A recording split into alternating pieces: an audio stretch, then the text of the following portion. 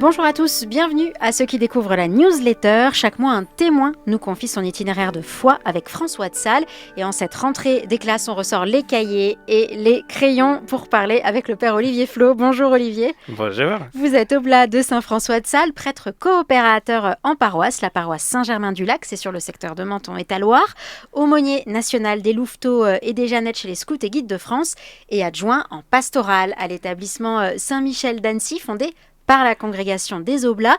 Vous avez été vous-même élève dans cet établissement où vous avez forcément entendu parler de François de Sales. À quel moment de votre vie vous diriez que vous vous êtes senti touché, rejoint par sa spiritualité ? Assez tôt, finalement, dès le collège, on entend beaucoup parler de François de Sales. À l'époque, moi, quand j'étais collégien, c'était le père Michel Tournade qui était le directeur. Et dès le départ, on avait cette devise de François de Sales, « Soyons ce que nous sommes et soyons le bien », qui était vraiment répétée très régulièrement. Et donc, ça me parlait bien parce que j'étais d'un naturel timide.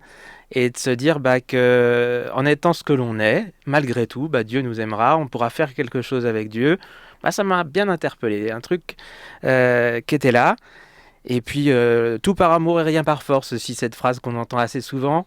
Et se dire qu'on est accueilli, quoi qu'il arrive, et puis assez bien partout, finalement, puisque même on se sent en famille assez partout avec François de Sales. Et du coup, votre vocation religieuse est née assez tôt, finalement. Oui, dès la confirmation, donc au lycée. Je me posais déjà des questions. Après, il y a eu des plus et des moins, mais je me posais déjà des questions, oui. Les Oblats, les missionnaires de Saint-François de Sales, les Salésiens de Don Bosco, la plupart des congrégations salésiennes ont un volet éducatif important en France ou à l'étranger. Qu'est-ce qui, chez Saint-François de Sales, est inspirant pour un éducateur ? Il y a ce côté d'essayer de voir chez chaque jeune le fait qu'il y a du bien, il y a quelque chose de bon. Et on ne va pas être uniquement sur sa moyenne scolaire, sur ce qu'il donne dans son bulletin, mais bien de se dire où est ce bon dans le fond de son cœur, et on va pouvoir en faire quelque chose, le faire grandir à partir de là. Et ça, c'est quelque chose qu'on va essayer de développer chez chaque jeune. J'ai même pu le voir dans l'éducation aux États-Unis. Quand ma première année de prêtrise, je l'ai fait dans un établissement scolaire des Oblats aux États-Unis. Et il y avait même ce qu'ils appelaient des camps de leadership salésiens. C'est montré aussi que François de Sales, il a été leader d'une certaine manière dans son diocèse en menant des tas de choses. Et il y a une manière de le faire en étant un peu moteur, étant bienveillant avec les autres. Et du coup, tout au long d'une semaine, avec les terminales, l'équivalent des terminales aux États-Unis, ils prennent ce temps d'apprendre le leadership salésien à leurs élèves. Ça veut dire qu'on peut être un leader en faisant tout par amour et rien par force. Exactement, donc une manière particulière, mais qui fait passer les choses de façon bonne et qui développe, je pense, la personnalité de chacun en confiance et dans la joie, quoi. Et est-ce que pour un éducateur, c'est stimulant, du coup, de se fixer ça comme objectif, comme horizon, de voir le beau, le bon dans chaque jeune ? Il me semble que c'est plutôt motivant parce que... au moins, on se dit, je vais œuvrer pour quelque chose qui va avoir du sens. Je ne suis pas juste là à répéter la même chose chaque année. Une année scolaire, on pourrait croire que ça se ressemble en permanence. Non, chaque année, on va rencontrer des jeunes qui sont différents, qui grandissent. Même les mêmes jeunes, d'une année sur l'autre, grandissent énormément.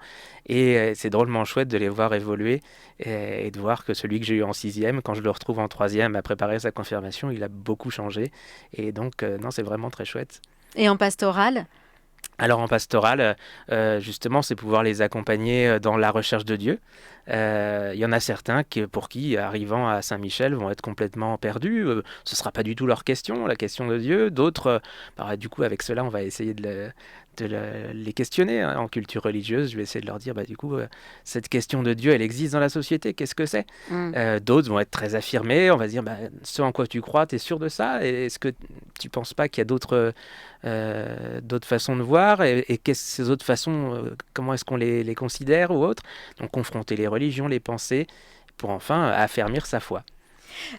Pour finir, est-ce que vous pouvez nous partager une anecdote en lien avec François de Sales ou bien votre citation salésienne du moment ? Oui, j'ai pris plutôt une citation qui me plaisait bien parce qu'elle représente bien François de Sales. C'était dans l'introduction à la vie dévote, qui est bien célèbre, où il nous dit « communiez souvent, Philauté, et le plus souvent que vous pourrez avec l'accord de votre père spirituel.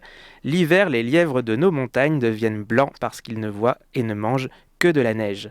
Vous, à force d'adorer et de manger la beauté, la bonté et la pureté de ce divin sacrement, vous deviendrez bonne, belle et pure. J'aime Joli. bien ce passage puisque on retrouve la façon de parler de François de Sales, d'utiliser des images, Ouais. même parfois un peu fausses, parce que le lapin des montagnes qui devient blanc à manger de la neige, bon, scientifiquement, je suis pas certain, L'hermine devient blanche pour voilà, se confondre avec la neige, mais mais le lapin pas encore, il n'a pas trouvé. Mais en tout cas, l'image est belle pour se dire que la communion va nous permettre de nous transformer. Et voilà, il va utiliser tout ce genre d'images pour atteindre justement les jeunes. Et je trouve qu'en éducation, ça peut être une bonne méthode d'utiliser des images accessibles qui parlent pour pouvoir faire comprendre des messages importants. il nous parle de la messe aussi et Mhm. d'un sacrement, d'un moment qui, à des périodes de la vie, peut sembler moins utile, moins nécessaire. Mhm.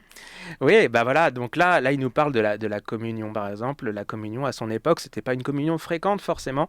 Et là, au contraire, il va nous dire, bah, communier Mm. fréquemment. Ça fait du bien, et il va pas être dans le jugement de dire, il faut absolument être dans telle ou telle situation pour pouvoir communier, mais justement se dire, ça va être un sacrement qui va nous faire du bien.